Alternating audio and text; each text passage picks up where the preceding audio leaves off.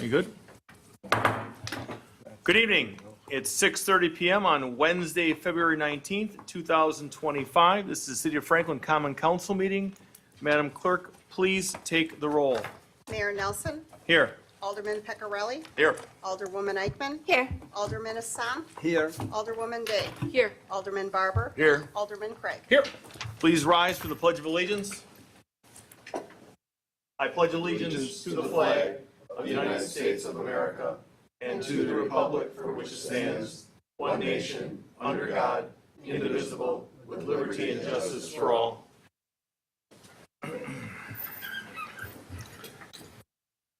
Okay, as we slowly go into citizen comment period, I will read this verbatim. City of Franklin meeting rules of decorum for attendees and participants. For those attending City of Franklin meetings, number 1, respectful and orderly conduct is expected at all times. Number 2, disruptive or unruly behavior, including but not limited to clapping, verbal disruptions, signs, and outbursts will not be tolerated. For those wishing to speak during City of Franklin meetings, number 1, approach the microphone when the chair opens the floor for citizen comments. Number 2, state your name and address for the record.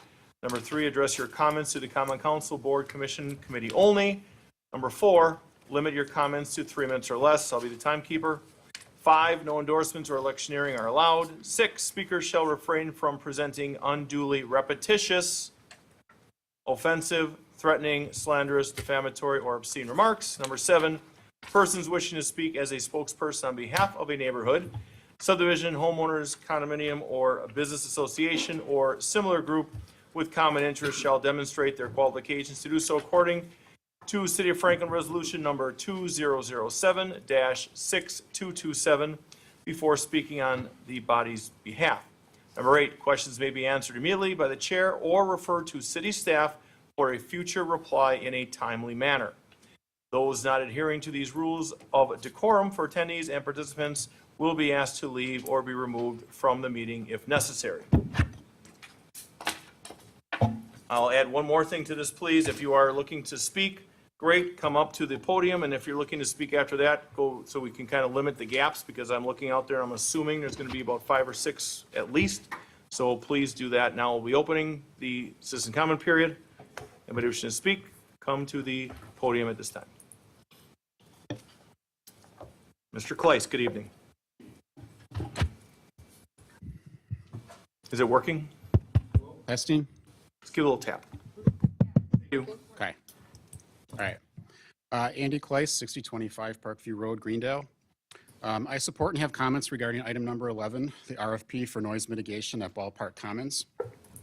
On September 20th, 2023, there was a press release for an emergency meeting to, quote, address widespread concerns from neighboring residents regarding noise complaints associated with events held at the Rock Sports Complex.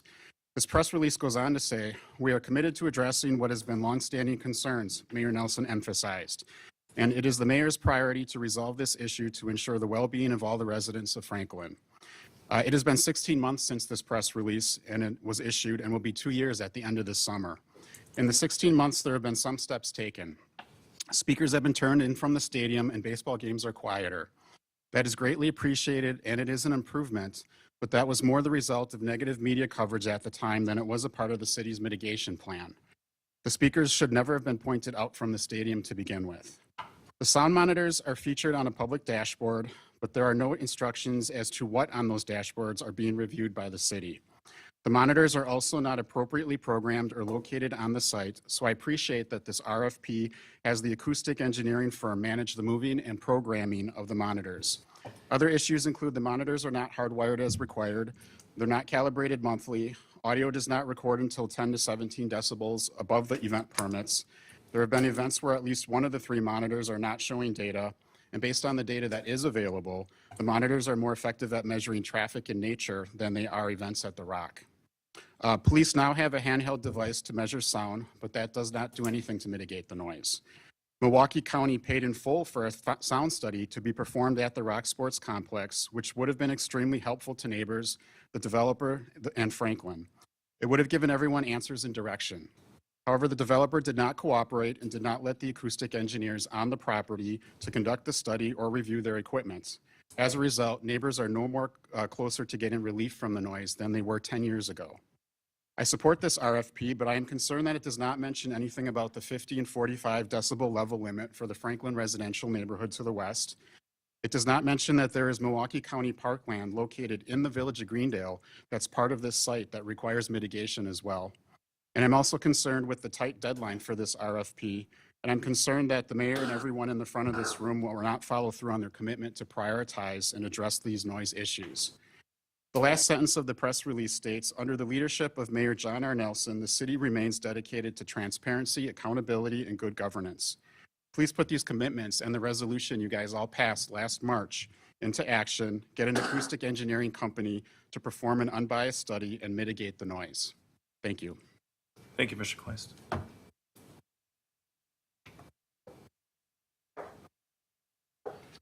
Ms. Gint, good evening. Good evening, Dana Gint, 9011 West Hawthorne Lane.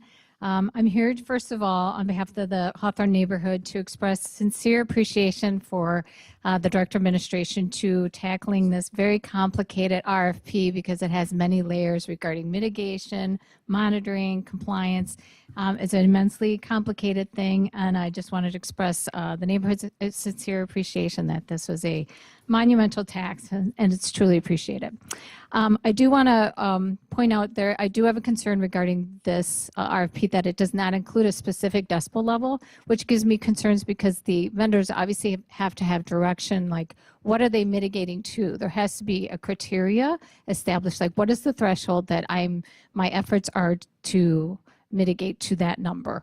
And so I think that does need to be included in here. The other thing is under the scope of work, it's section 2, item 2, I believe.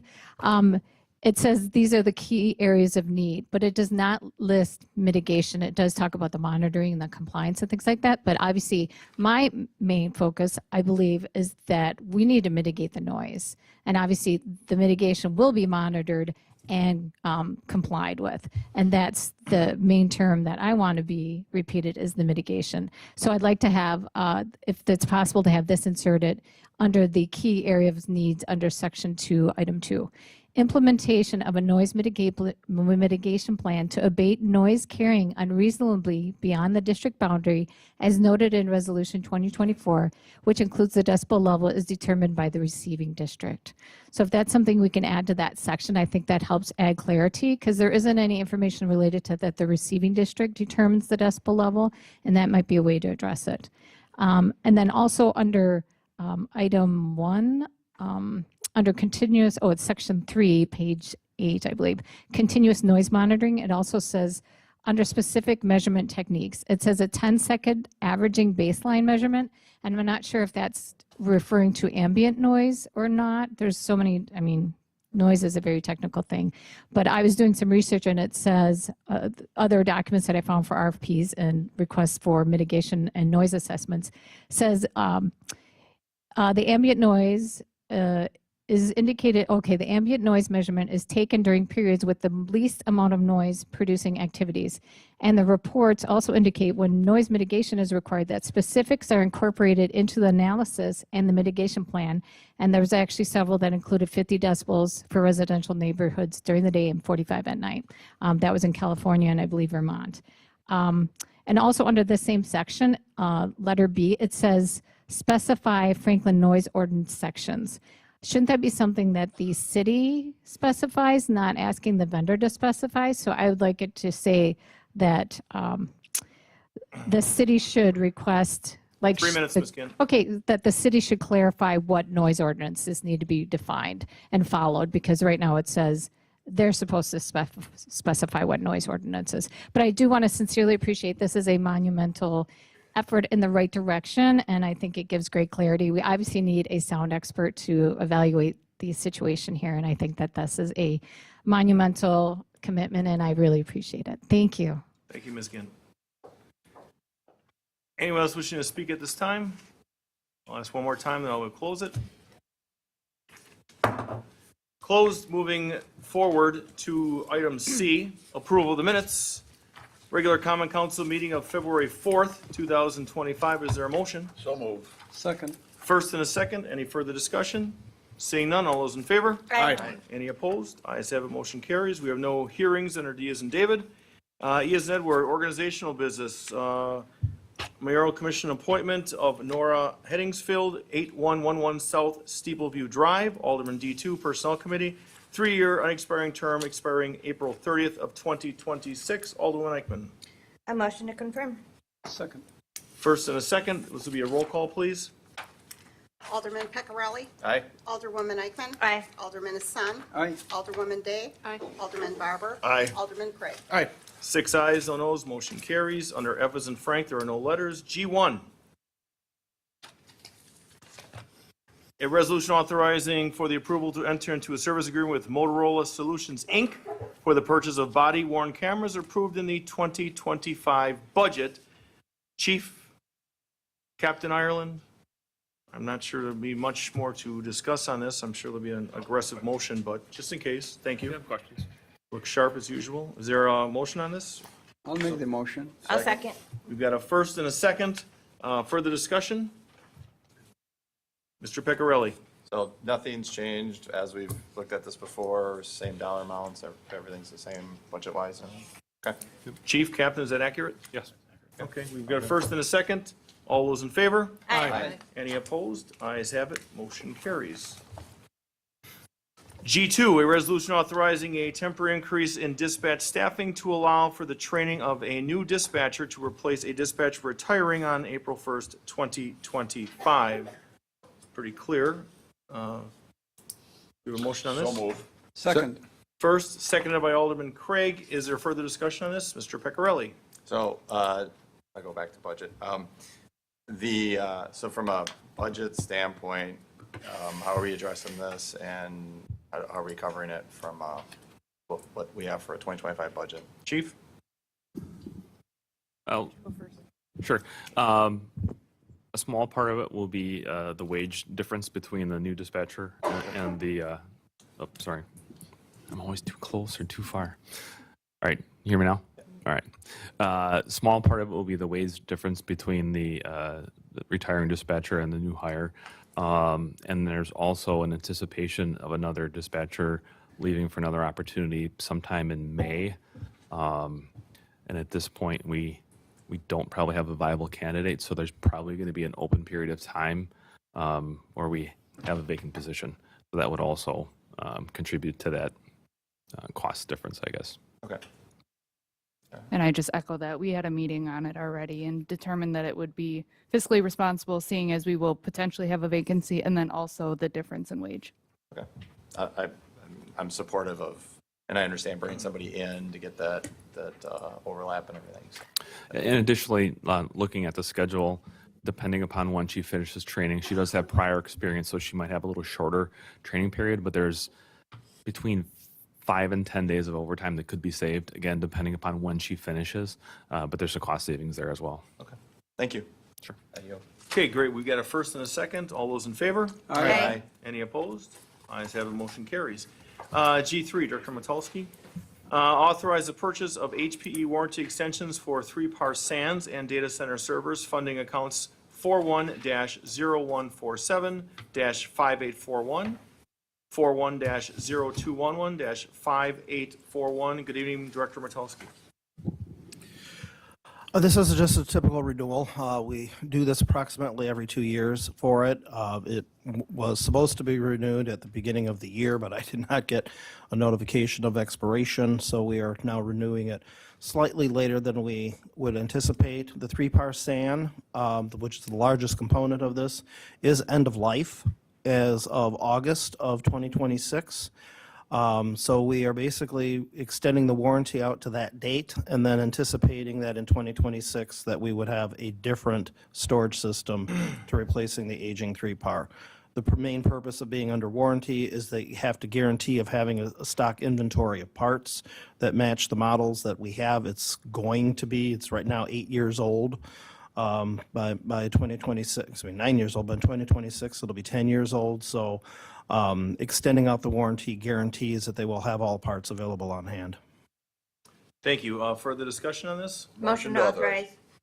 So we've got a first by Alderman Barber, second by Alderwoman Eichman. All those in favor? Aye. Any opposed? Ayes have it. Motion carries. Thank you, Director. G4, a resolution to accept the 2025-2028 memorandum of agreement to continue to administer the retail food and recreation programs for the Wisconsin Department of Agricultural Trade and Consumer Protection. Good evening, Director Warren. Good evening. Move to approve. Second. First and a second. All those in favor? Aye. Any opposed? Ayes have it, motion carries. Look at Thank that. you. Well done. Just your presence. Thank you for coming. G5, Fire Department staff will present a brief update on 2025 Fire Department activities and provide an overview of the municipal water supply capabilities related to fire protection. Uh-oh. Chief Mayor, good evening and welcome. Good evening. If you wish to kind of cover how this happened, or I could start, If you want to do the intro, that would be great. yeah, it might speed things up a bit, and that's, but yet it'll be encompassing. So how this came about was that when the California fires happened, we're going down this pathway. When the California fires happened, and there was some basic discussions at the senior lunch about, granted, we may not have wildfires here, but what if we have a fire incident that puts such a draw or a strain on our system that it runs dry? Can it run dry? What do we do annually to make sure that it doesn't run dry? And things of that matter. And I just happened to have a discussion with the chief, and he's like, you know what? This is what the answers are, and I'd like to share them. And he did a great job at the next senior lunch when he came and explained it, and now he is here tonight to give us a brief overview. Chief, thank you. You bet. So in addition to the water system discussion, I'm also going to provide a brief overview on and updates on what we have in store for 2025, some projects that we're working on, as well as a recap of what our department's activity was in 2024, and then again cover that water system discussion and answer any questions that you might have. In 2024, we did have a approximate 5% increase in calls for service for emergency responses. Had 5,116 responses, 80% of them being emergency medical related. Our current staffing, we do have all allocated positions currently filled. And one thing that I did explain at the senior luncheon, as well as I will reiterate to you, is that you all and all the citizens of Franklin should be extremely proud of all the members of the fire department with their dedication to the community, their expertise, their skilled service that they provide. They make me look good every day with the service that they're providing out on the streets. They take care of our patients like they were the members of their own family. They take care of the citizens and business members like they were their own family. So you should all be very proud of the men and women that we have working for the Franklin Fire Department. All of our members, from the newest firefighter all the way up to my office, we are all licensed paramedics, which is the highest level of emergency medical care available in the field. We currently staff at a minimum of 11 people per day, spread out between 3 fire stations.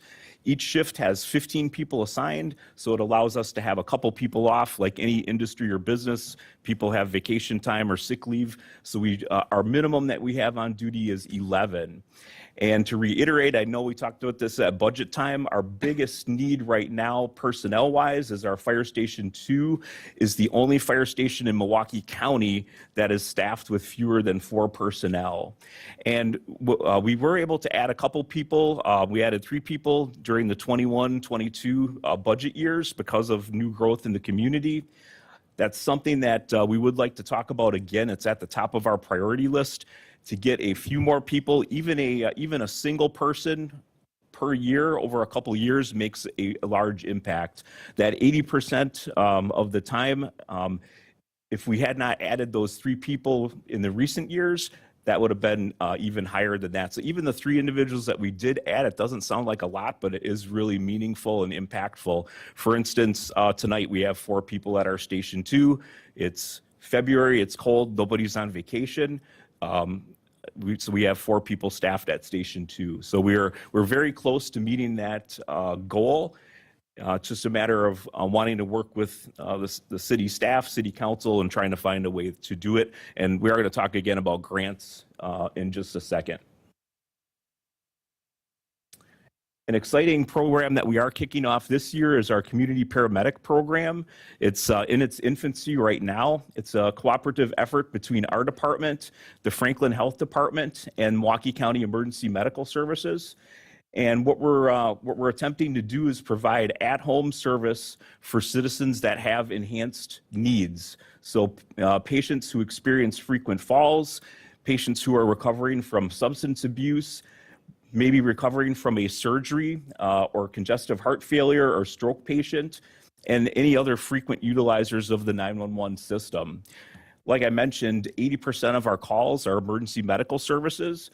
Our hope is that by getting into the patient's homes, we can help them find the definitive care that they need, and instead of calling 911, they may be able to receive assistance through a social worker. It may be helping them reduce fall hazards in their home, but ultimately it is going to the goal is to reduce the number of 911 calls because we're taking care of these people before they need to call 911.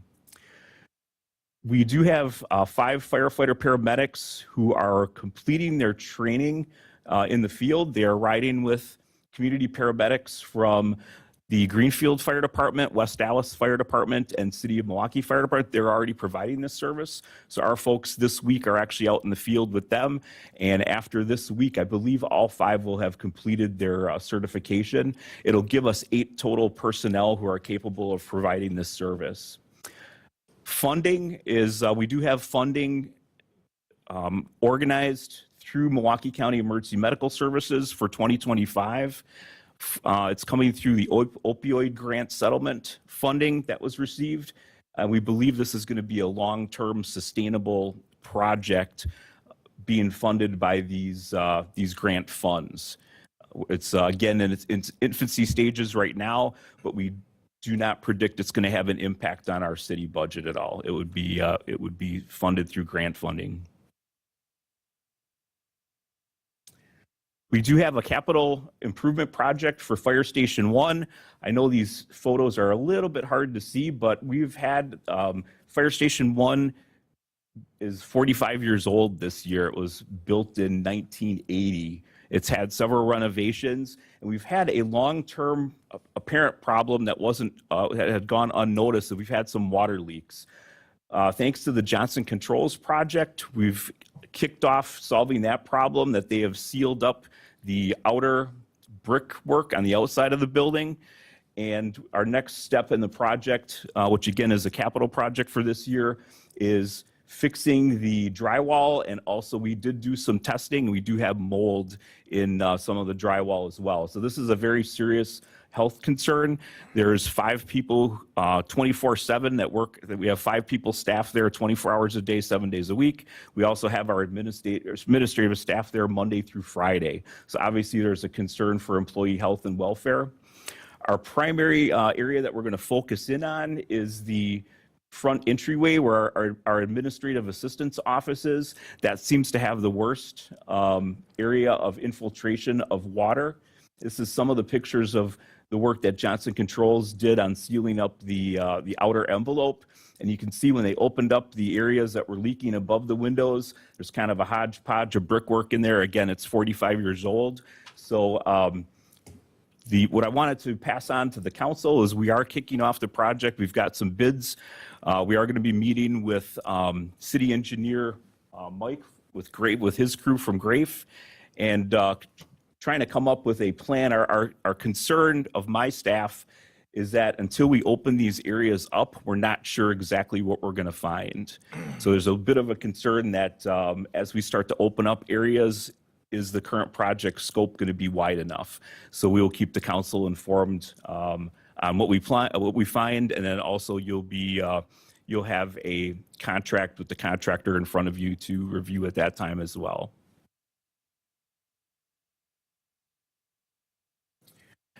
Also, a 2025 funded capital project. One of our ambulances is going to be going in for a remount. So basically, we take the Ford frame and cab, which has over 140,000 miles on it. It's a 6-year-old or 2015 vehicle.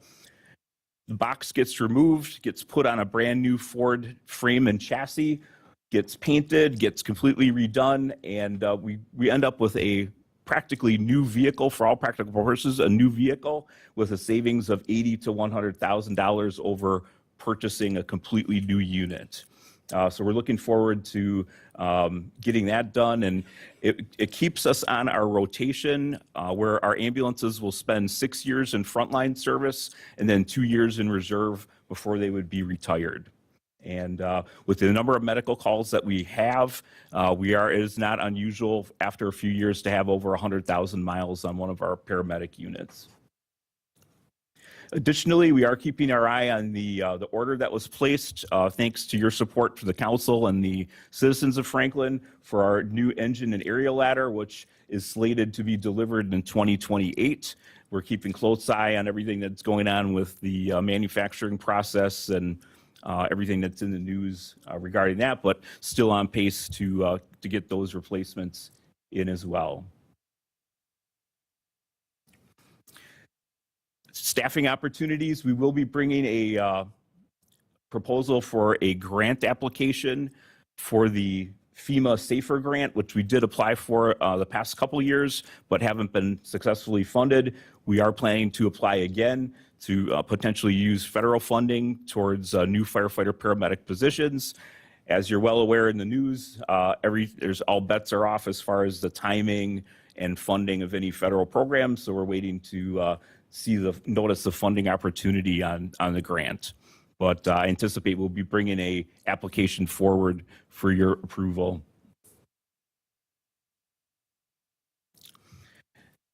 And lastly, as the mayor spoke about, we did receive a lot of questions, and I'm sure your constituents also contacted you regarding the wildfires in California and where the areas of their communities ran out of water and had a lot of difficulty. Now, could that happen here? How do we prevent that from happening here? City of Franklin has a very robust municipal water system, very well maintained by the water department and utilities department. And don't just take my word for it. I'm going to tell you about a program where we get graded.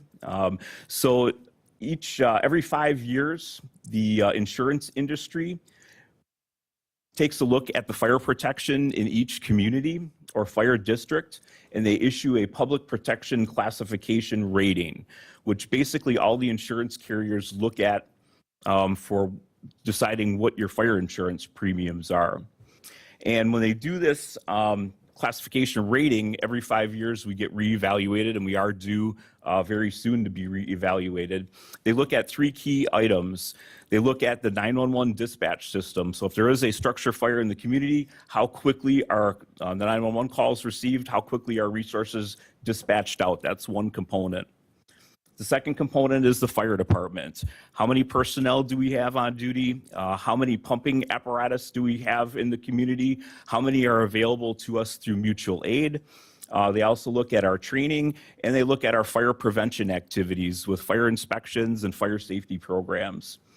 The third area that they look at is water supply. And actually, water supply is weighted more heavily than both 911 and the fire department. The water supply is the most critically looked at part.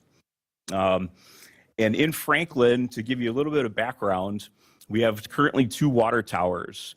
The Putes Road water tower that is just east of 76th Street, the capacity is 2 million gallons of water.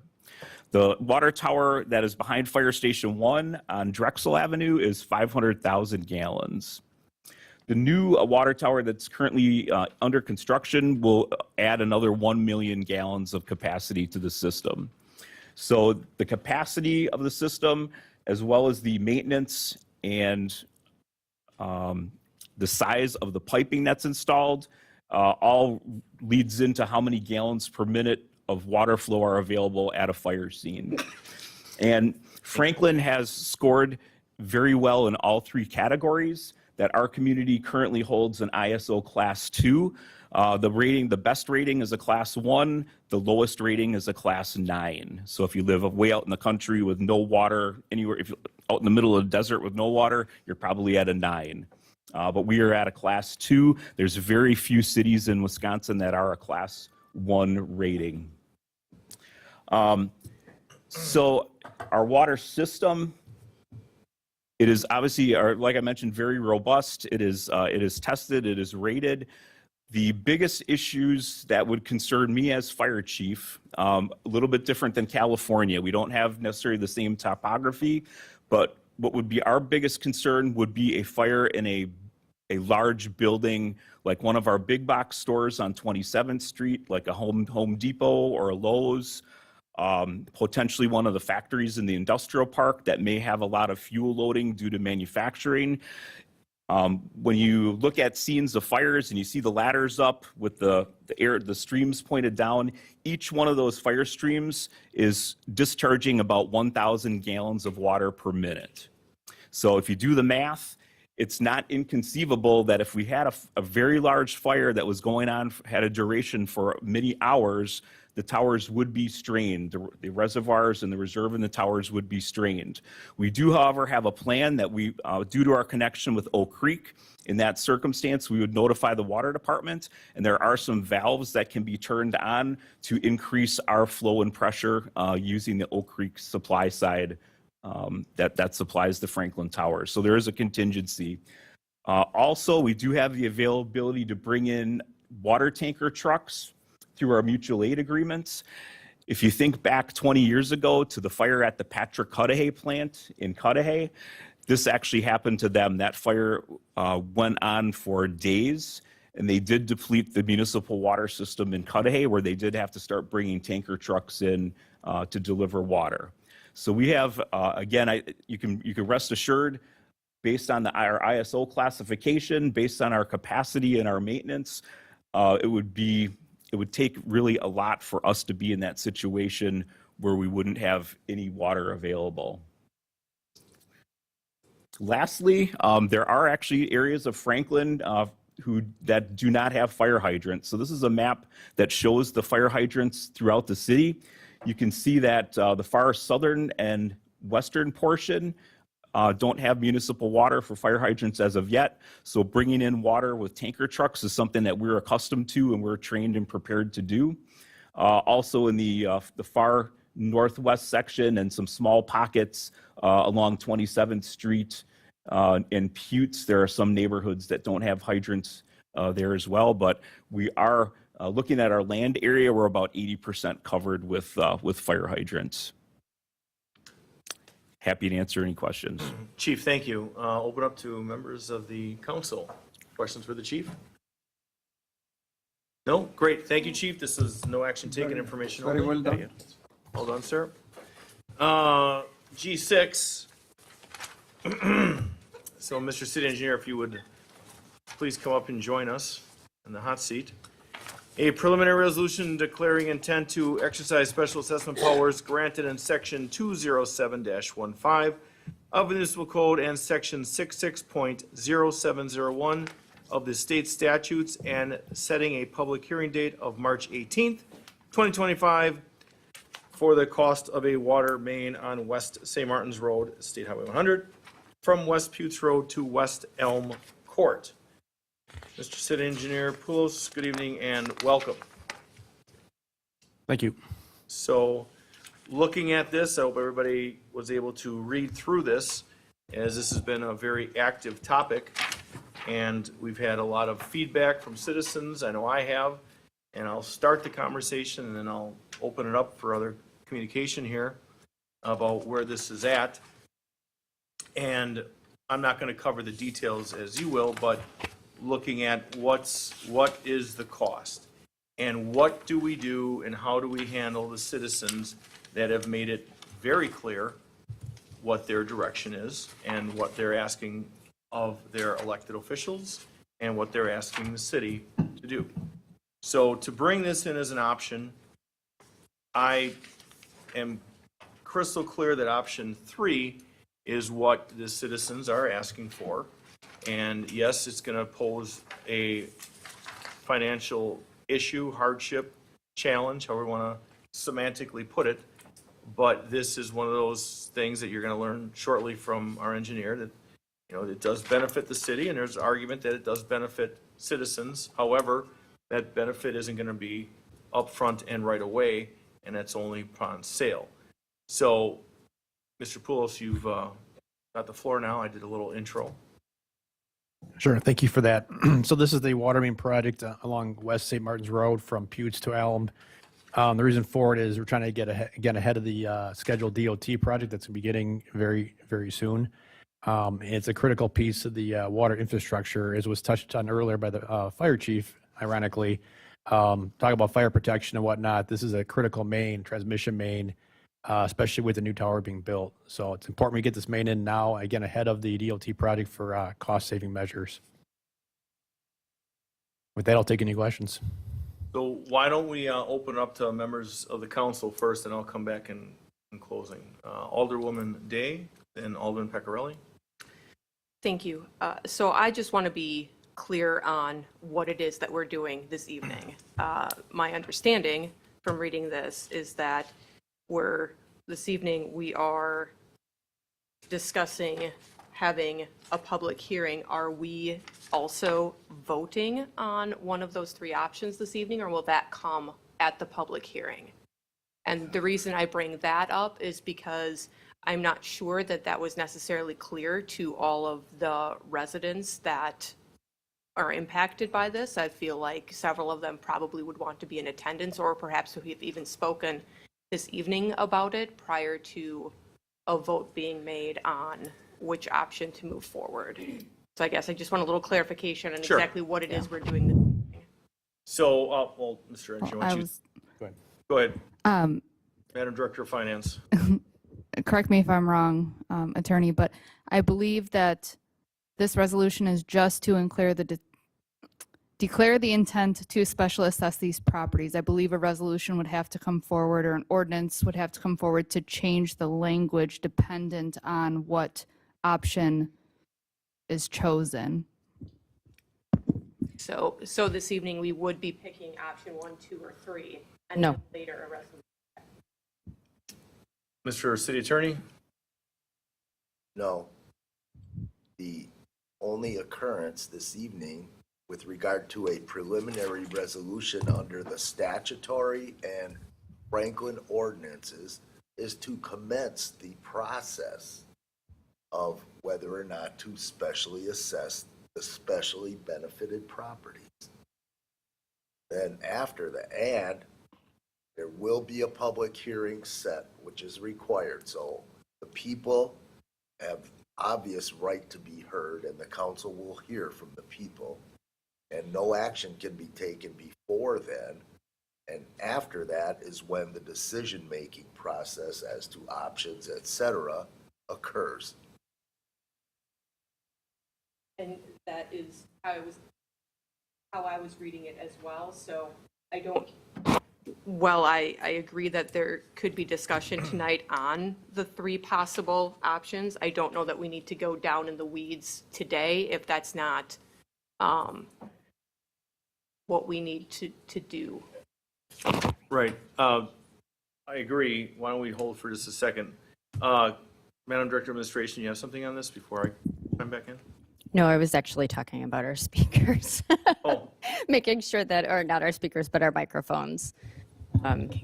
Because we can't have the city attorney on and all of the council members. So I was informing the director of clerk All right, services that's that I my took hers off. Alderwoman Day, you still have the floor. No, thank you. That's pretty much all I have right now, unless we're going to go into the weeds. Then I definitely do have some opinions on which option I think is the best for the entire city. But if that is not the direction we're going tonight, and we're just voting to move forward to have the public hearing and start the process for talking about having a special assessment power, then I will yield. And that is exactly what we're doing tonight. Excellent. So further discussion, Mr. Pecorelli? Yeah, that was going to be my question, is exactly what we were Yes. voting on and to move forward. So it sounds like procedurally, this is just a step to keep this moving, to get into the bigger discussion that we need to have. And we are doing that, and we did list the three options, though. That is also so your own research purposes, your own knowledge purposes. That's why they're in there. So Alderwoman Eichmann, do you have something? The same thing that Alderwoman Day and Alderman Pecorelli. It is a little bit confusing in our council action sheet. And then to be provided with the three options. I mean, it's presented as if we needed to pick one of Right, the options. so we and I see the Alderwoman motion. Day shaking her head in agreement. This was very confusing. Okay, well, now that we've unconfused it, are we ready to move forward with a motion on this? Because the motion, again, as Mr. Paulo stated, is to simply move forward and get ready to have the public hearing as stated in said motion. So move. Second. First and second, all those in favor? Aye. Any opposed? Ayes have it, motion carries. Thank you.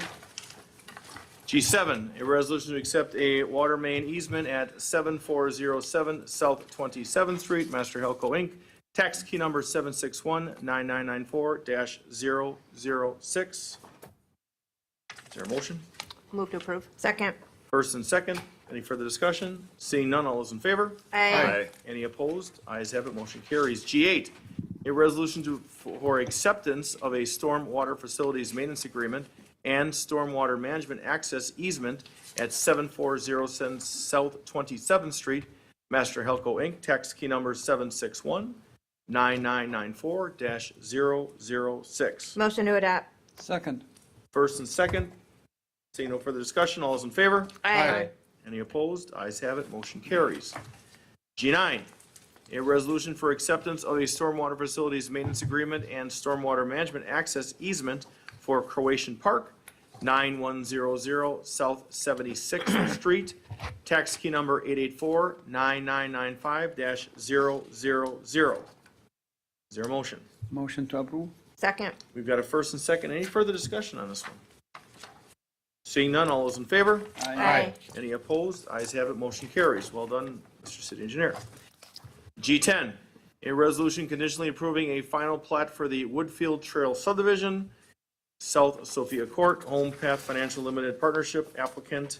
This is in wonderful G6. Mr. Martinez, good evening and welcome. Good evening. Thank you.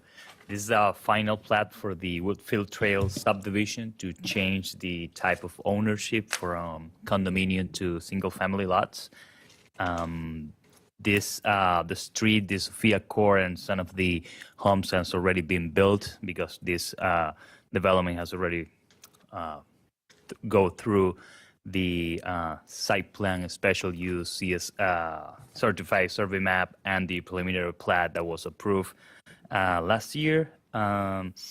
It's very similar to the preliminary plat that was approved, just that it's addressing some of the conditions of approval for the preliminary plat, like some of the lots are now revised and are not encroaching into natural resource areas. And the developer is dedicating an area for purpose of a sidewalk that was a condition of approval of a previous special use. And the Plan Commission recommended approval. The staff is also recommending approval. Excellent. Further discussion, G6, D6? Move to approve. Second. First and a second, all those in favor? Aye. Any opposed? Ayes have it, motion carries. G11, request for proposal RFP for sound monitoring, noise mitigation, and compliance services for Ballpark Commons / Rock Ventures. So, Alderwoman Eichman, start the conversation.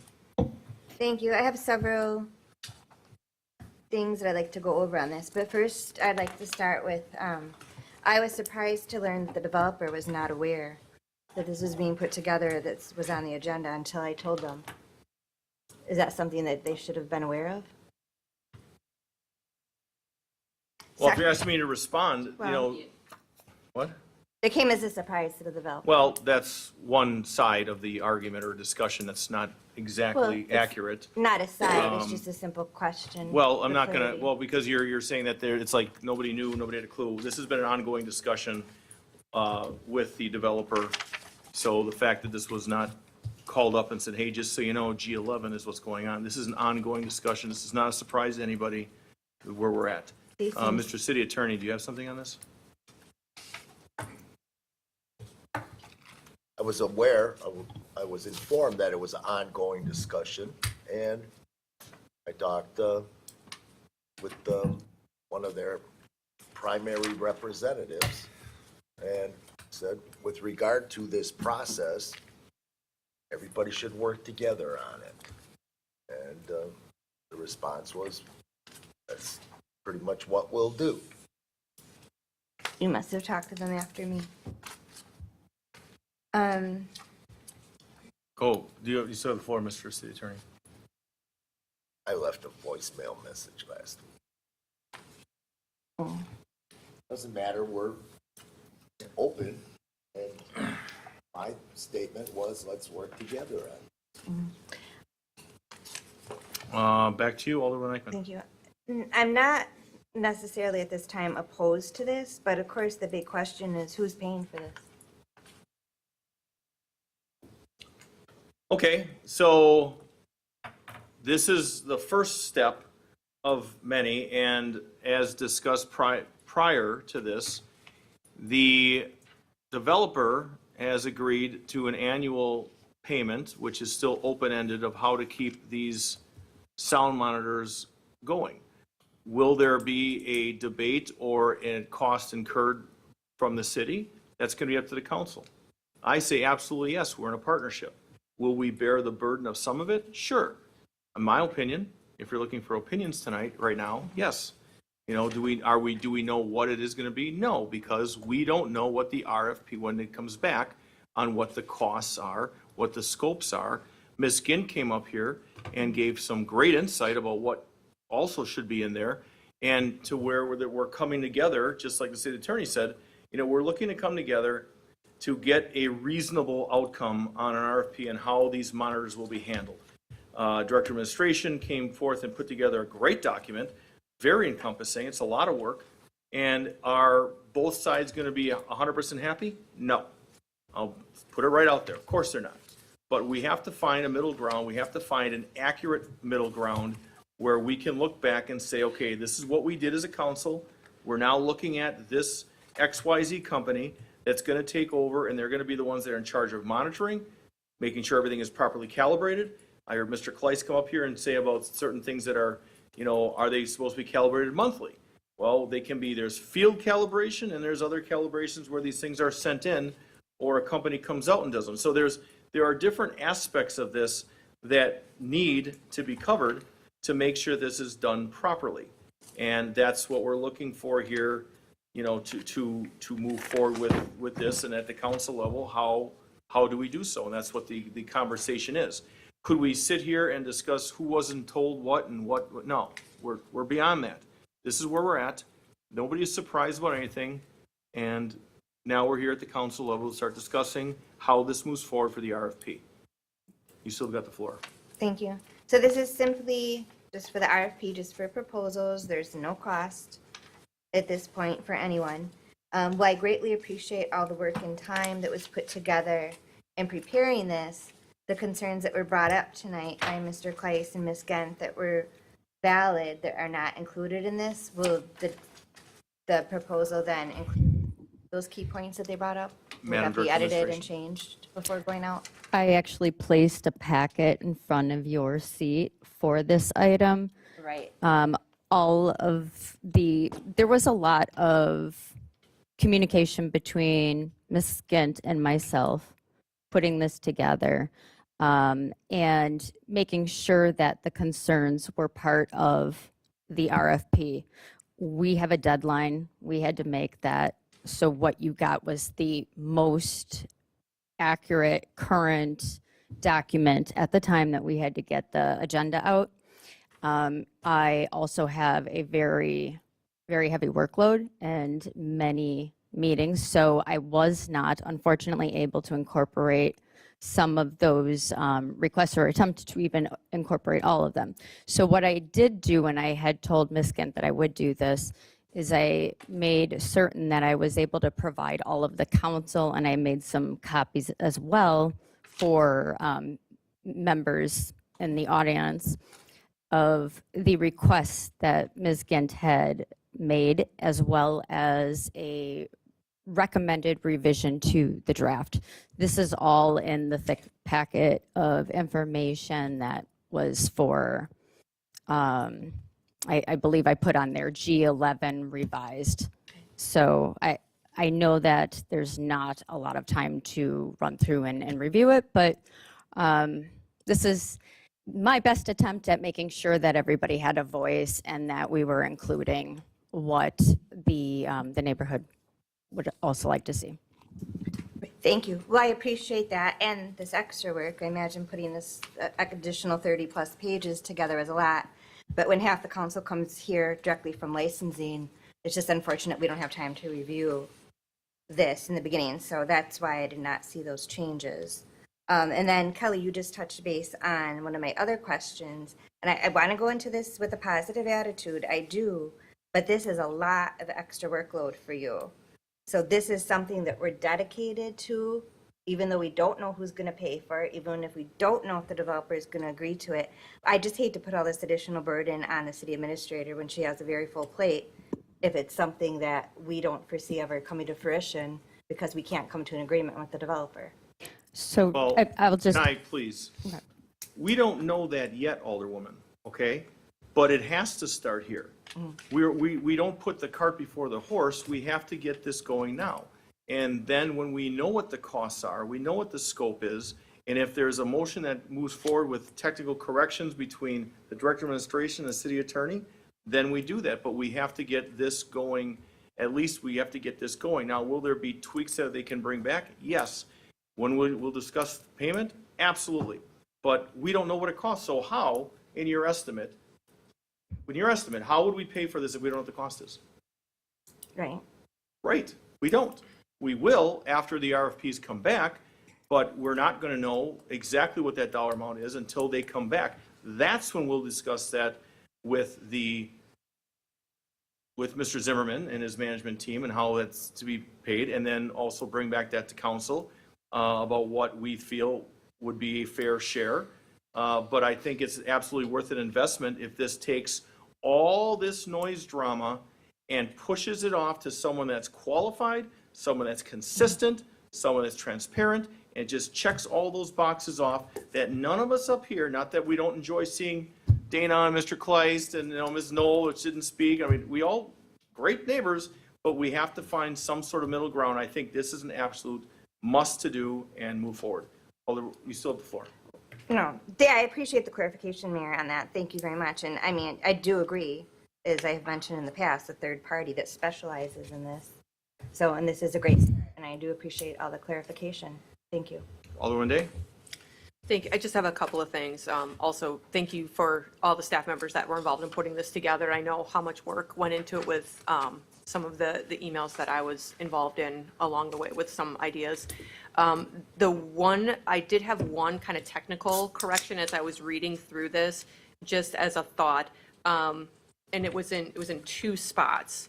So I have the part that's in my packet, just for ease of everybody else. This is Sure. page 228 of your packet under the statement of need, item 1. The fourth bullet point, the development of sound mitigation strategies, including speaker modification and low-frequency noise reduction. Can we add into that to say, development of sound mitigation strategies, including but not limited to speaker modifications and low, I think it just broadens the scope a little bit in case there are other ideas that the expert might have, that gives us a little wiggle room. And then similar language to that on page 229, this would be 3B, where it says events requiring specific noise tracking and compliance. Again, could we say not limited, including but not limited to, and then those events there, just because it's an expanding business, so they are looking for new business opportunities all the time. So I don't want, some weird nebulous area to come into play there. So those are my two technical corrections. Outside of that, I think this has answered the lion's share of the issues that residents have had, that planning staff has had, that police have had, that we have had. We can't let perfect be the enemy of good. You're going to hear me say that a lot in the next few. You're going to hear me say it a lot in the next couple of weeks. Use that. There's big things that we're trying to move forward with as a city, and we can't let perfect be the enemy of good when we've got something that, is either non-existent or very, very outdated. And we need to get the ball rolling because the calendar's moving. So with that, I'll yield. But thank you, city staff, again. This is excellent. Excellent job. So what Mr. Pecorelli, and then Mr. Barber. So I had the same notes down for the include but not limited to, so, thank you. That was one less thing I had on my list. So, the other items I had were related to, I think it's on, let's see, what section is that? It's bullet 6. So it's section 3, bullet 6, it's future technology, adaptability, and upgrades. You could put What was that? page. Page, let's see which one that In the is. council book or in the new? It's in the new. Oh, okay. It's, I'm trying to find in the new. I marked it up in one of the new, but I gotta see if it's in the second. After or. Yeah, so it's, yeah, so it's page 11 in the new packet at the bottom, under future technology, adaptability, and upgrades. Is numbered? I noticed there's 2 RFPs that were in there, so it's the second RFP in the packet. Right. It's the one that's got Okay. highlighting in yellow. Got it. So the last bullet item says, ensure remote access, cloud storage, and wireless firmware updates. I would include in there something around security or cybersecurity as well. Since you're providing remote access to these, we gotta make sure that whoever's doing this is doing it in a secure manner. So I would include that. Price just doubled. Yeah. And then, the other item I had was,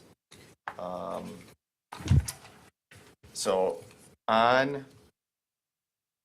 as we were kind of going through this, the one question I have, and I don't know if it ends up in the RFP or if this is a subsequent discussion, is, there's a lot of, mitigation, recommendations and things out of this. The one question I have is, if we were to put something like this in place, how does this work as the request for like a special permit and things like that? Would that end up flowing through this as a first step before it goes to licensing, or how does that, or is it only an after the fact? And the reason I bring it up is if there's recommendations for mitigation and we are going to approve something, but there's no way, if they were going to look at it, that they can meet that requirement, how are we going to know?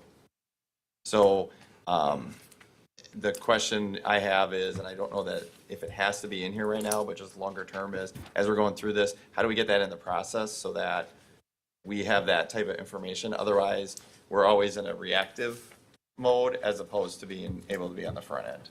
Well, to answer that, Yeah. I believe on the front end or being proactive is that I would think it would go back to sound checks. And I think that would be the way that we would know, because this third party is going to be constantly monitoring this. And you could say, okay, company ABC, we're going to have a sound check on Tuesday at 10 a.m. And then they could verify through a sound check if I'm following you correctly about how an event would make sure they're in compliance, not after the fact, but before the fact. That's why we had sound checks last year, was to be in front of things. And If I'm following you right. I think it could cover some of that. And then the other one would be is if you had something to the point of why we had added the include but not limited to, if there's something new, is there something we have to think about right ahead of time? Is there something that's going to be different related to that type of event or whatever it is? So that's the only thing I would say is, if we think about things in terms of if there's something new, is there anything that we need to be aware of on the front end before we would, let's say, review and approve a special event? Okay, let's just say, I've been waiting for this. This is a Van Halen reunion tour. I've been waiting for the last 10 years of my life to go to this. Now they're going to pick They Franklin. had one of those already, but keep going. But I know, Yeah, but I right. live under a rock. In So 1990. let's say David Lee Roth is coming back to do it. How now would that be affect? Give me an example. Using that example. Yep. They're coming to Franklin. Now what? So I'm figuring there'd have to be a special event permit, right? Because they'd be most likely requesting sometime. Well, they'd be out staying the at my north. house, so, okay. Scary. But the So- thing is, to your point, okay, so yeah, they would put in for an event. Yep. And then, in my opinion, how that would fall underneath this, it would have to be sound checks. Kelly? I think I know where you're going with this, and my opinion or recommendation would be that if we're bringing a sound expert forward to help mitigate these noise complaints and just the overall issues, I would think that it would behoove the city and the developer to have them determine, is our permit enough? And also to do the review from the noise standpoint, because they're the experts, and no offense, but we are not. But when you say review, so they come knocking on our door because they want to play in Franklin. Okay, who's reviewing what? That's why I guess I don't follow the review because we wouldn't know. Could we? So I would think that we would know about events, and we are talking about hiring a professional sound expert or experts, Yeah. and having that constant review and just their constant monitoring service, right? So why would we not include them in the direction that they believe we should take with permits? Are our permits enough as they are right now to address things before events occur? But I think, well, I don't know. I guess is my point. If we're looking at what the we're right now, we're concerned about, I believe, what decibel limits that we would try to know before they come here, what they're going to have a concert at. Okay, then that's the only way I think it can be done is through a sound check. Well, and so, correct, but the question I would have is, you can set a decibel limit, right? And we can add different, because what the A and the C weighted or whatever. But so you can set a decibel limit, but if we have to vote on what that's going to be, how do we determine as a council is the location, is that achievable, right? So are we walking into something that there's just no way they're going to be able to meet that, and we need the sound expert's opinion to go, yes, what we have in place should be able to handle it at this level, or no, what you have in place isn't going to do that. You can only get to this level. So as we're talking about it, I'm wondering if instead of like a review or anything, are they part of, just like we bring up other experts here on like for engineering and planning, right? Are they here for when those come up to give, yes, this'll, what we have in place, what they're requesting, this should be achievable, or no, it's not achievable at that level. Otherwise, when we're up here, I can't make I'm going to be honest, I can't determine is 50, is that achievable at 50 with what we have all set up there and what they're planning to do or not. And the question becomes, if you go to do a sound check, you've already gone past the approval, you've gone to all the other things. What you kind of want to have is make sure we got a plan in place that we know that we can achieve that. The sound check should really be that the plan is actually working. Like when we get to the execution side of it, that it actually is, it works. And if not, we make some adjustment to that. But I just want to make sure when we're doing approvals, when we're reviewing this stuff and we're going to approve things, that we got a better, as good of information as we can on what the outcome potentially is going to be. Otherwise, we're going to be, I feel like we're going to be in the same situation. We just got another third party in the mix. Yeah, and that's kind of what I meant about review, more of like a consultation. They're the experts, and they would be able to tell us what would work and what wouldn't to achieve what we want.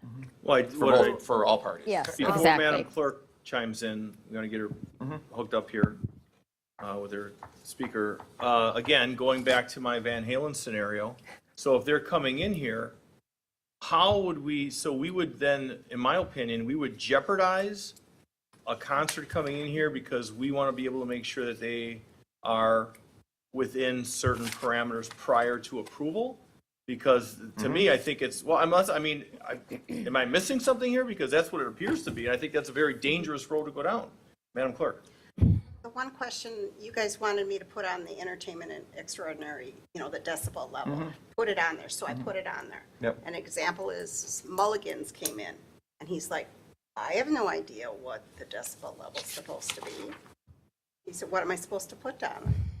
And I said, well, what decibel level do you think you're going to be able to? Can you speak up a little bit, please? What decibel level are you going to be able to achieve? What do you think it'll be at? And he's like, I don't know. So I think he put down 90. He goes, I don't have any clue. So, to put, a lot of them don't know what it's going to be. But then you're set, I guess, the question becomes, if we're up here gonna approve these things, if someone, I'll use a different example. I'm going to, we bring something in that's a racetrack, and we got cars at 110 decibels. Like, you gotta know going in what you're expecting the impact gonna be to the rest of the community, right? And I think there's a little bit of responsibility there related to that. And if there isn't a way to figure that out, maybe part of this is providing some direction on how do you determine that. Yeah, 'cause I'll he's yield asking- for the moment, because I think, I mean, he's asking me what to put on it, and I'm not gonna tell him. correct. And I don't, So, I would look at it and go, what, we don't have that expertise that. Yeah, I I'm said aware of. put That's down part what of you what this think. is, so. And then to add, before we go to Alderman Barber, then Alderwoman Day, are you done? Yuli? So let's say, for example, they come in and say, well, this is gonna be one of those deals, one of those handful of concerts a year. You're approved at 79 decibels, and your concert's gotta be over by 9:45, and then they know what the parameter is. And because that's where, concerts would be this, Milkman would be this, Hills Have Eyes of this. So I think if that breakdown is done, I think that takes away a lot of that guesswork. So we'll go Alderman Barber, then Alderman Day, then Alderman Craig. Like it said in the packet, it's a monitoring committee, and I'm wondering how that becomes. I understand the RFP and where we're going with at least, I'm very thankful that it's being at least to this point and what we're doing with it, and I'm all in favor of it. But what happens on the monitoring side of that? Does that same expert stay with the program? Is there a special committee that he's working with that is also advising the licensing committee, as in some of the other monitoring committees? Where does the monitoring piece come, and the details within what that monitoring will be? Because if there's a violation, then what's the process on the other side of that? How does that get addressed? How does that get resolved? And these things are all down the road, as far as I'm concerned. I think this is the best step right now to get this off the ground and running. And the question I have is, how many people out there do this kind of? Not many. Are we hoping for one? Well, if I could answer a few of your questions up front, then we'll continue to move this along. So the last thing I want to bring in or create is another committee. My goal is to streamline and reduce boards and commissions, and the bottom line is we would have this standalone third party which would represent and provide information for violations. And not to a committee, definitely don't. My opinion is no committees. If you guys want to put another board or committee, I would vehemently be against it. But that's how that accountability goes with that third party. Then where it goes for, if it's a violation, then that information goes to the police department for issuance of citations. Or however it's going to be handled by licensing and then forwarding to this elected body. So that's how I believe it to be rolled. I mean, those are the steps that have to be worked out once we're into this at some point. But I think those are reasonable steps that, A committee, a standalone, that can all be worked through at some point. How it all comes together is after this. right, after this is right, Alderman. Still the floor. I Okay, Alderwoman Day, and Alderman Craig. Yeah, I just wanted to respond to Yeah, I was Alderman. responding to Alderman Pecorelli as well.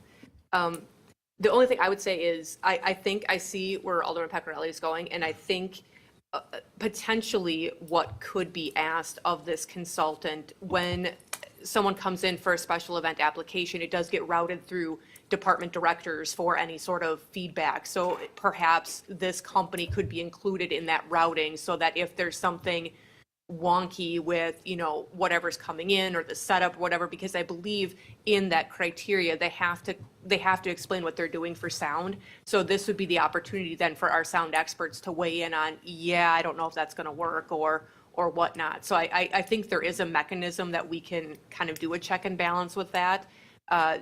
But yes, I mean, there are legitimately some things that shouldn't be done in certain parts of the city and some things that can be done in certain parts of the city. It just depends on where you are. With the, the racetrack example, we're not going to put a racetrack in the middle of a neighborhood, but if it was, way out on the edge of town and there's nothing else around there, maybe, I don't know. But so you don't want to put like hard limits on things where something can't ever happen in the city. But obviously, yes, there's probably parts of the city where certain things shouldn't go on. But I think there is a mechanism that we can do a check to that to make sure that whatever event that's coming in, whether it's, the Highland Games at Croatia Park or something at the Rock or whatever, that all of those special events end up with somebody from that company looking at it to see if what they put down for sound is reasonable and would fit within the city code. Are you yielding? Yeah. Now, that would obviously raise the price. If we're going to be having somebody be included on every single thing that we want to have come through here, that's dangerous. I could see if there's certain special events in a certain area of the city to start with, we can always expand that depending on what the cost would be. But I would be very cautious about overcommitting and overcomplicating things that are going to have a higher end fiscal negative impact. I just wanted to simply point this out as this is part of the RFP, and I think that this is getting lost in this discussion. This RFP covers, I'm just going to look at the title because it's in the title. Or not, I don't know. So this RFP is to cover sound monitoring, noise mitigation, and compliance services. Within the document, there are pages that we define what that means. Sure, everything's got to get tweaked to some extent or another, and to the mayor's point, we probably won't have it perfect. And that's just the reality of all of this. But we are also looking to professionals, to experts to really guide this. But back to what I think is getting really lost in here is the mitigation piece. So just a example of that, right? Mitigation is defined as the action of reducing the severity, seriousness, or painfulness of something. So the way I see that playing out is there's potentially things that need to be corrected on the sound system as it is right now. Maybe locations, maybe various things that a sound expert would be contracted to provide to us and to the developer. So I see that there would be a very large component of that consultation on how to mitigate future issues. And then there is obviously the monitoring and then compliance. And I think that that comes secondary after hearing what an expert has to say in terms of how do we have this messed up? How do we fix it?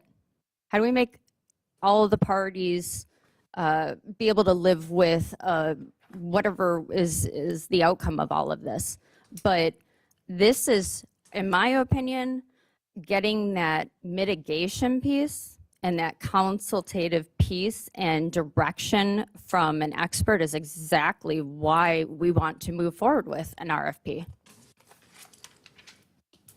So I hope that kind of provided some clarity. I think it did, Mr. Craig. I have a lot of notes, considering that my residents that are the ones that are the most affected by this.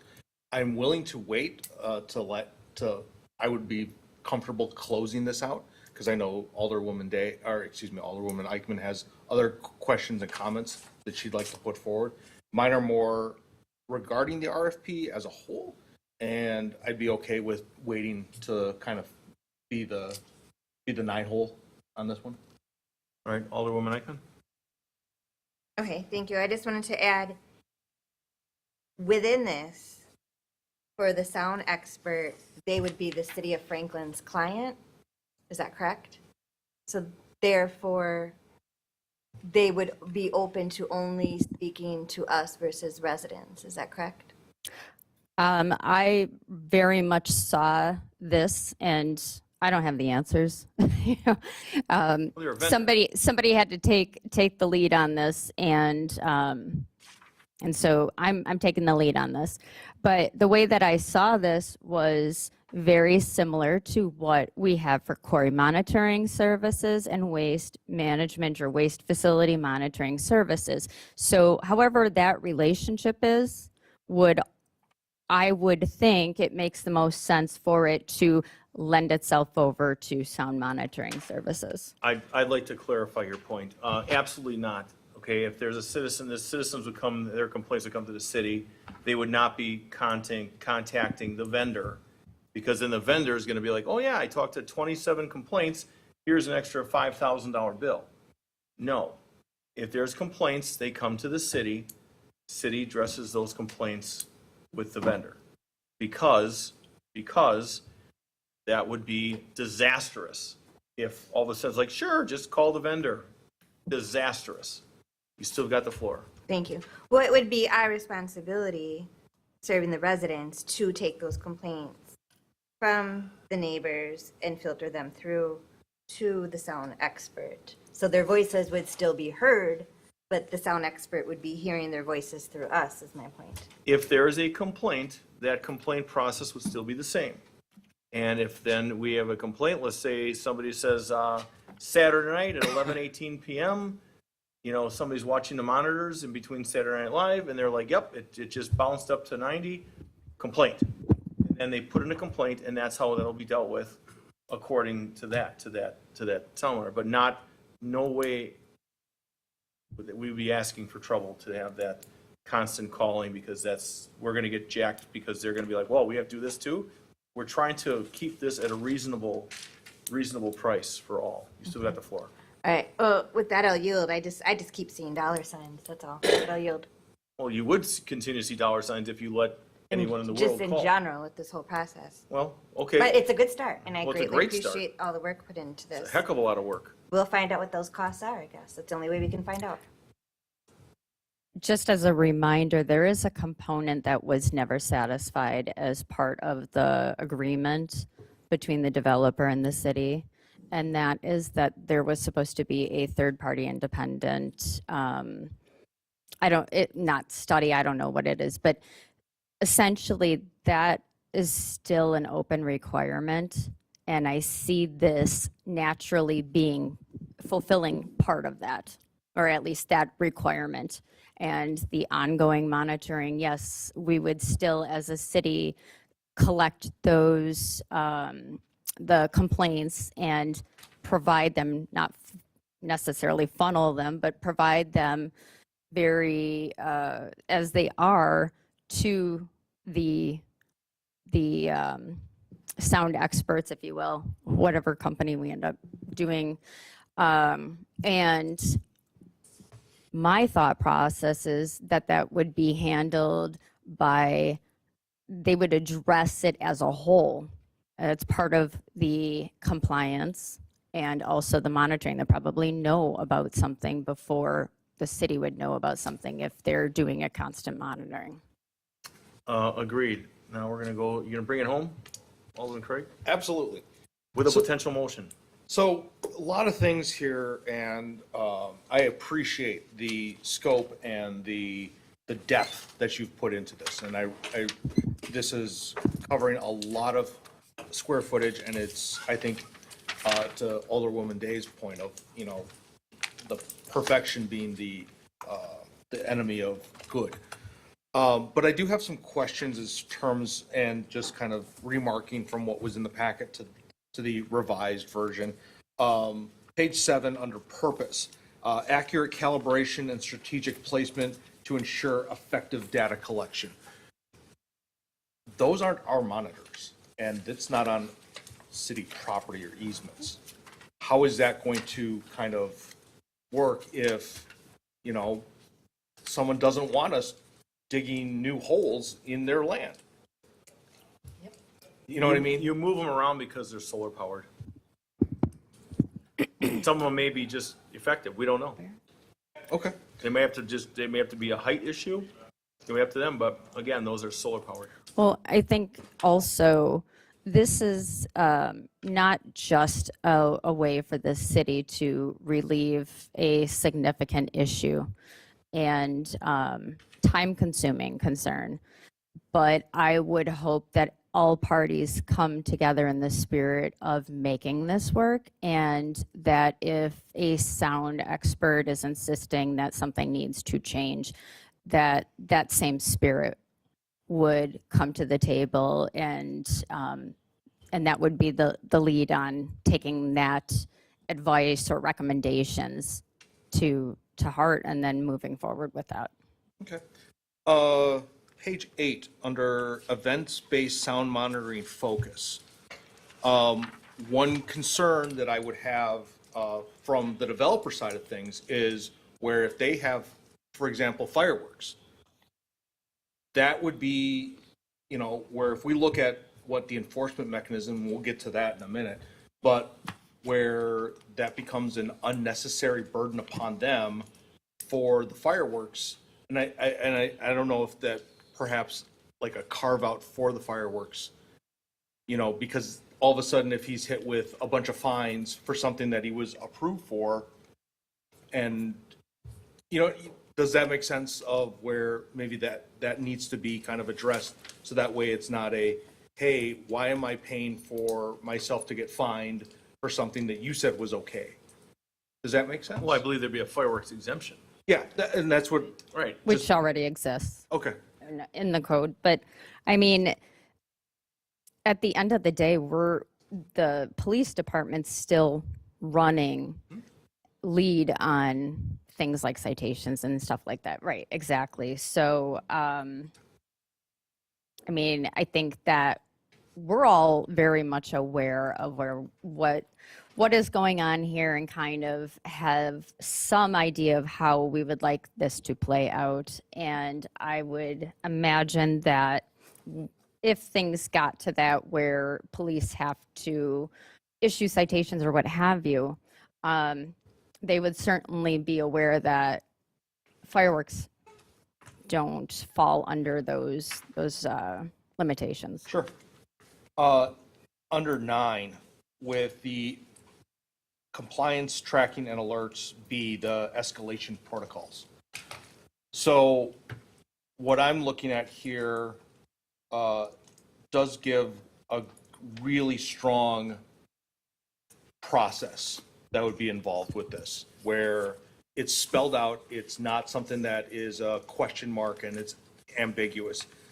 But my concern would be if we have a repeat of red, white, and blue, where went over the line, I think, egregiously for extended periods of time.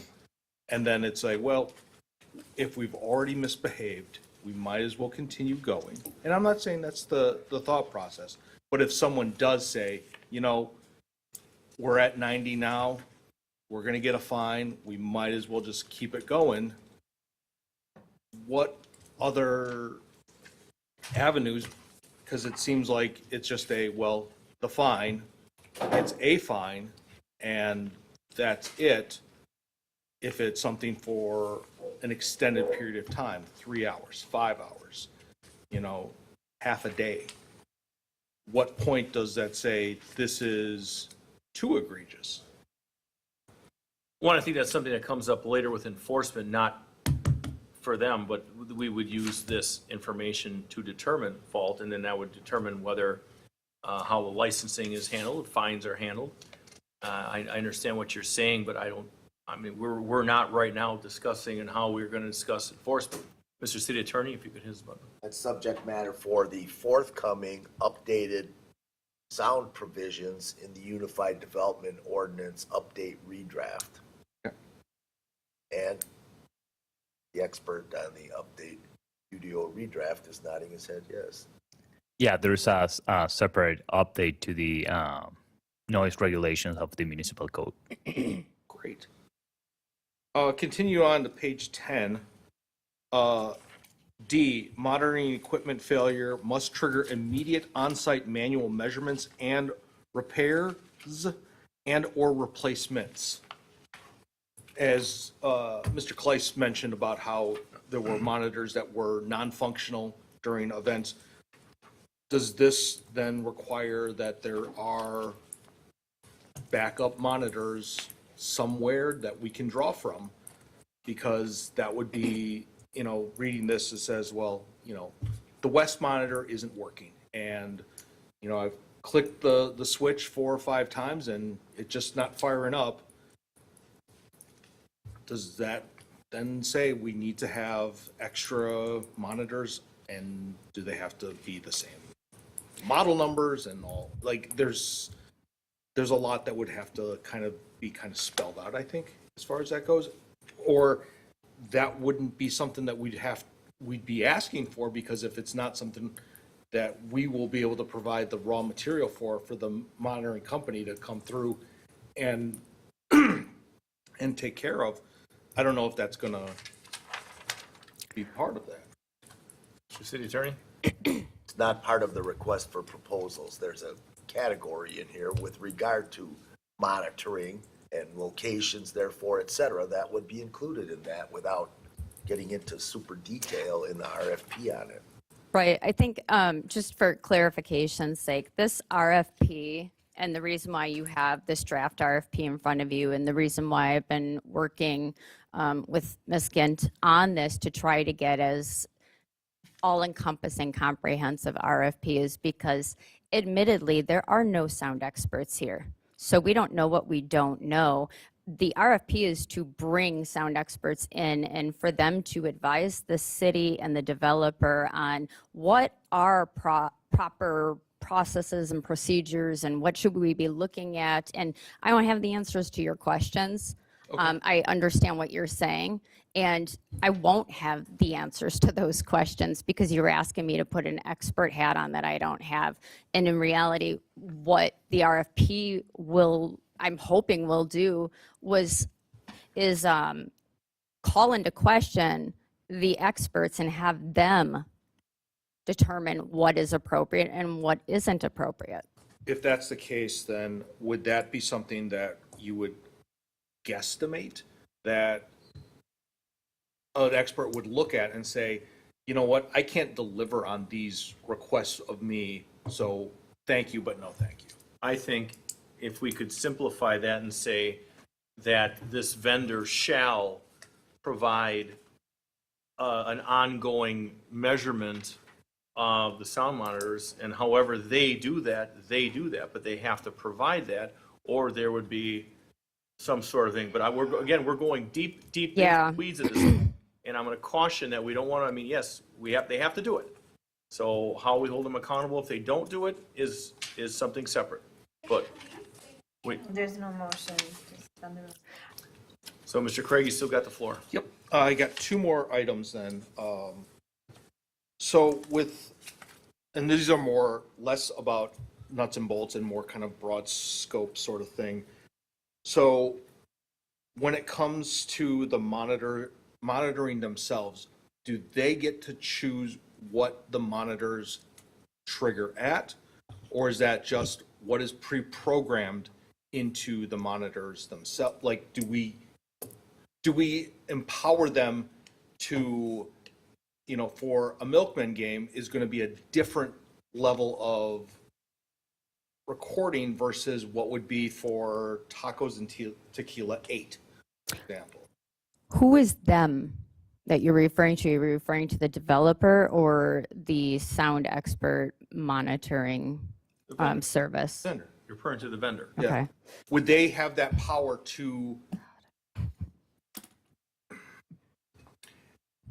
Well, before Mr. City Attorney chimes in, okay, to try to make this simple, okay, they're going to be constantly, our goal is to have them constantly recording.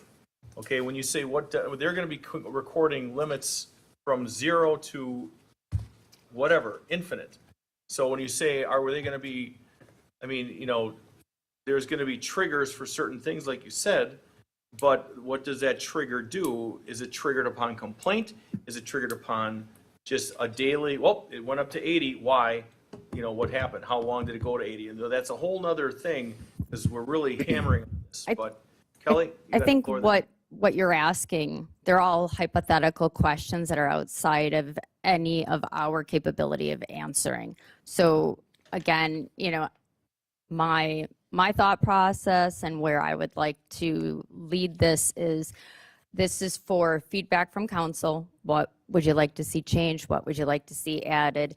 And then when we start talking to experts that offer these services, I'm expecting that we will find out a lot more, and that would guide us. Mr. City Attorney, you want to chime Please in feel before we go? Anyone else who wants to answer, please do. The vendor is not going to be the decision maker. Client, council, city is the decision maker. And we don't know what we would be consulted on because none of us are sound experts. So the whole thought process is that this RFP is to bring in people that know what they're talking about and let them present to us what their solution is for the situation. My concern, though, regarding that with the monitors, and this is just kind of to my point, is if the monitors don't trigger until they get to 79 decibels, and that's when you start picking up incidents, it would be akin to if we gave the police department radar guns that only picked up once you hit 65. And if someone's going down Rawson at 50, well, I don't have proof or verifiable evidence that says that they were going that because the gun doesn't pick them up until they go 80. I think you were looking at all of this, including the RFP in particular, and potential responses with the parameters that exist today. Clearly, those don't work. So this is why we're looking to bring an expert in to weigh in on this and to advise the city and developer. So answering the hypothetical scenarios and that sort of thing, I just can't. And we don't want to, but No. my position is that it's always going to be monitoring, Alderman. It's always going to be gathering data. It's not just going to be triggered, it's going to be always monitoring data. So you still have the floor. With that, I think this is like I said, a very strong first step. There's a lot of square footage that's being covered. And because of that, I am willing to make the motion to approve the final request for RFP for sound monitor. Second the motion. So we have a first and a second. Further discussion? Alderwoman Eichmann. Well, when it was First said and second, that don't listen to this was for feedback from council on this, again, we didn't have time to read this amount of paperwork once we sat down at our desks. So I just wanted to throw that out there. But if you are open to things being changed throughout the process, this is just step one of many steps, if I'm understanding that correctly. And again, I wanted to reiterate, the city does not own the sound monitors. They're on the RAC's property. In a perfect world, if we could come together with the RAC and make this happen, that would be great. It'd be wonderful for the residents that have been suffering through the noise that we hear from every meeting. It would be great, and I want to be optimistic, but I'm being realistic. And, I mean, this is a great step, I guess, to take, but talking to the developer versus what's being said tonight is completely black and white, two different scenarios. So we can move forward if you've got the time, city administrator, to read through all these proposals that come in with the full plate you have. I'm not taking this on my own. You're not, okay. No, just to clarify, I am not. Okay. No. Well, who is helping you then? Residents aren't That's- city employees. this is- doing that? This is to be determined, but I am not taking this on. Okay. Because that's a lot. Not that you couldn't handle it, you've handled a lot, but that's just a big chunk added to your already incredibly full plate. So then who would handle it? I would recommend a committee, and I also want to stress that the council action requested, it says potential motion. I am all for taking feedback, requested changes, edits, and bringing it back. Okay, thank you for that. Well, Alderwoman, we're going to still keep going with this? Bring it back. Alderwoman Day, I'll speak last. I was going to try to bring it home. Yes, please do. So the one thing I will say is we're already on a tight turnaround. So I think I have skimmed very quickly the highlighted portion. So thank you for highlighting the changes because that made it easier to zero in on what was different. That was misskimmed. Yeah.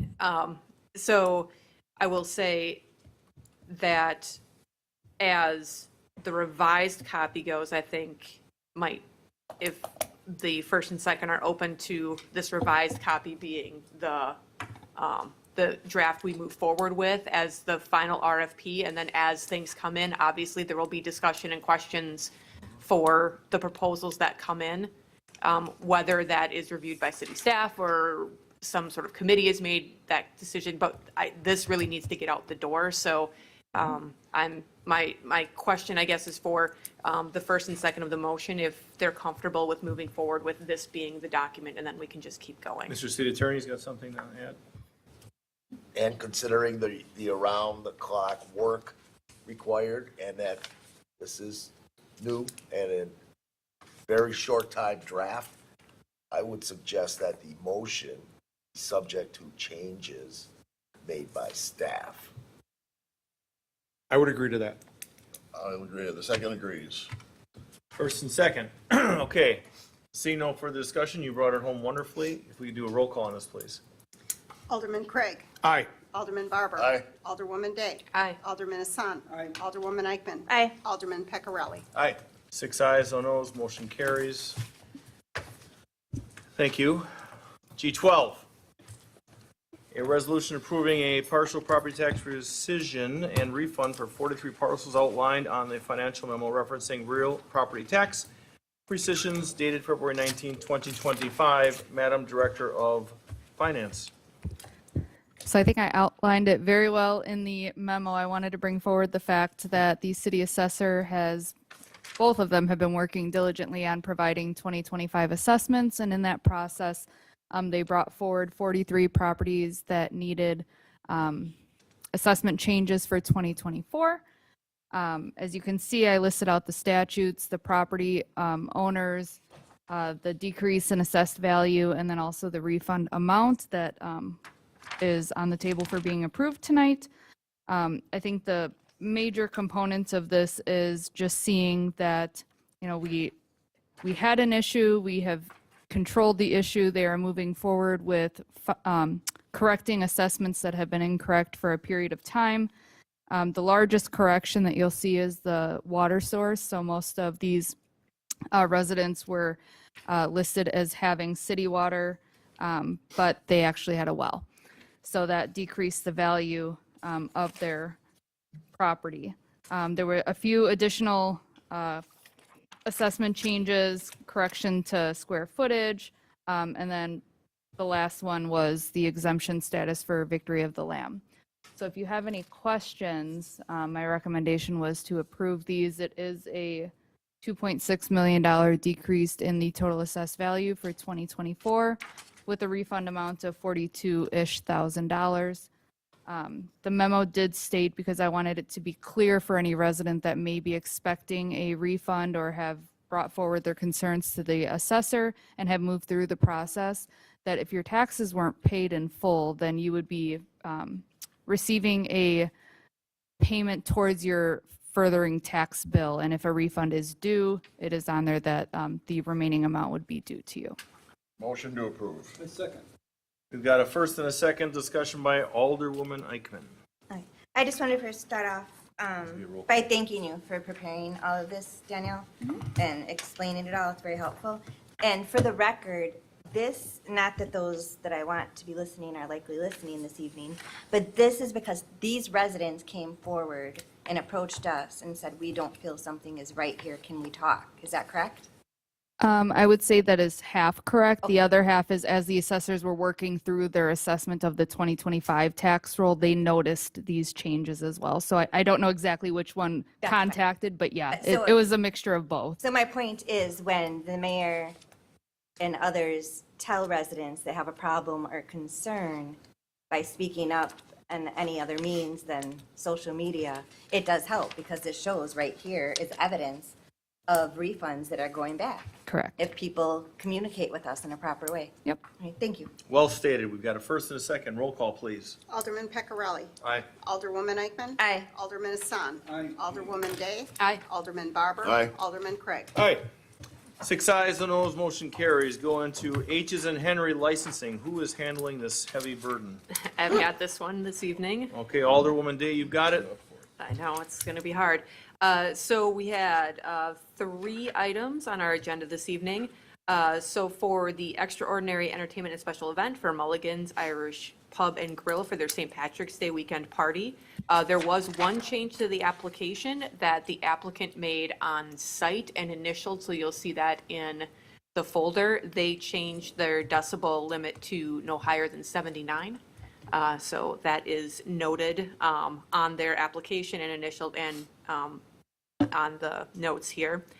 We also approved both operators with the last individual, Richard Bradley, needing to come in to correct his application.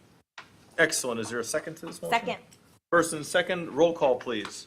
Alderman Craig. Aye. Alderman Barber. Aye. Alderwoman Day. Aye. Alderman Hassan. Alderwoman Eichman. Aye. Alderman Peccarelli. Aye. 5 ayes, no noes, 1 abstention, motion carries. Going to I as in Ida, 4 points under vouchers and payroll. Number 1, city vouchers with an ending date of February 13th, 2025, in the amount of $1,916,957.16. Point 2, payroll dated February 7th, 2025, in the amount of $462,372.02, and payments of the various payroll deductions in the amount of $256,342.53, plus city matching payments. And point 3, estimated payroll dated February 21st, 2025, in the amount of $485,000, and payments of the various payroll deductions in the amount of $534,000, plus city matching payments. Point 4, approval to release payment to Velo Village Apartments LLC in the amount of $816,000. Is there a motion? So move. First by Mr. Barber, seconded by Alderman Hassan. Roll call, please. Alderman Peccarelli. Aye. Alderwoman Eichman. Aye. Alderman Hassan. Aye. Alderwoman Day. Aye. Alderman Barber. Aye. Alderman Craig. All right. 6 ayes, no noes, motion carries. Most important motion to adjourn. Motion to adjourn. Second. First and second, all those in favor? Aye. Any opposed? Ayes have it. Motion carries. We're off the record at 8:12.